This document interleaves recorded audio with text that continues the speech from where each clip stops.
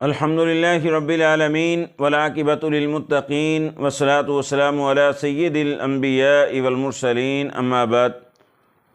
آج آپ کے سامنے ایک بڑی ہی پیاری دعا شیئر کرنی ہے، جس میں 4 چیزوں کا رسول اللہ صلی اللہ علیہ وسلم نے اللہ رب العزت سے سوال کیا ہے، اور یہ 4 چیزیں انسان کی زندگی کا خلاصہ اور زبدہ ہیں۔ اگر یہ 4 چیزیں اللہ رب العزت نے آپ کو عطا کر دی تو انشاءاللہ آپ کی دنیا بھی بڑی اچھی ہو جائے گی اور آپ کی آخرت بھی بڑی اچھی ہو جائے گی۔ اور یہ حدیث صحیح مسلم میں موجود ہے، حدیث نمبر 2721۔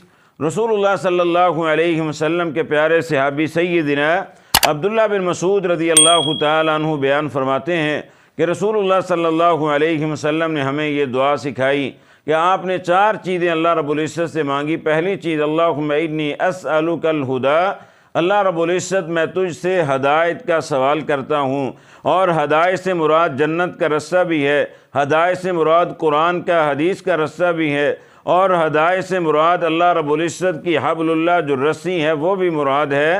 تو ہدایت کا بڑا جامع معنی ہے کہ اللہ رب العزت میں دنیا میں جو بھی کام کروں مجھے سیدھا رستہ دکھانا، مجھے ہدایت پر رکھنا۔ اللہ رب العزت میں ہدایت کا تجھ سے سوال کرتا ہوں کہ مرتے دم تک مجھے ہدایت پر کار بند رکھنا۔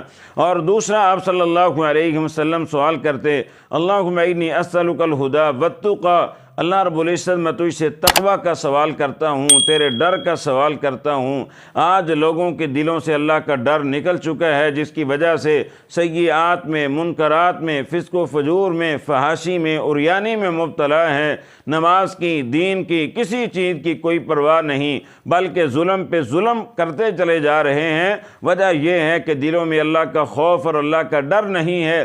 اور اس دعا میں اللہ سے ہم دعا کرتے ہیں، اللہم انی اسألک الہدی والتقی، اللہ مجھے تقوی عطا کر دے، اپنا ڈر میرے اندر پیدا کر دے۔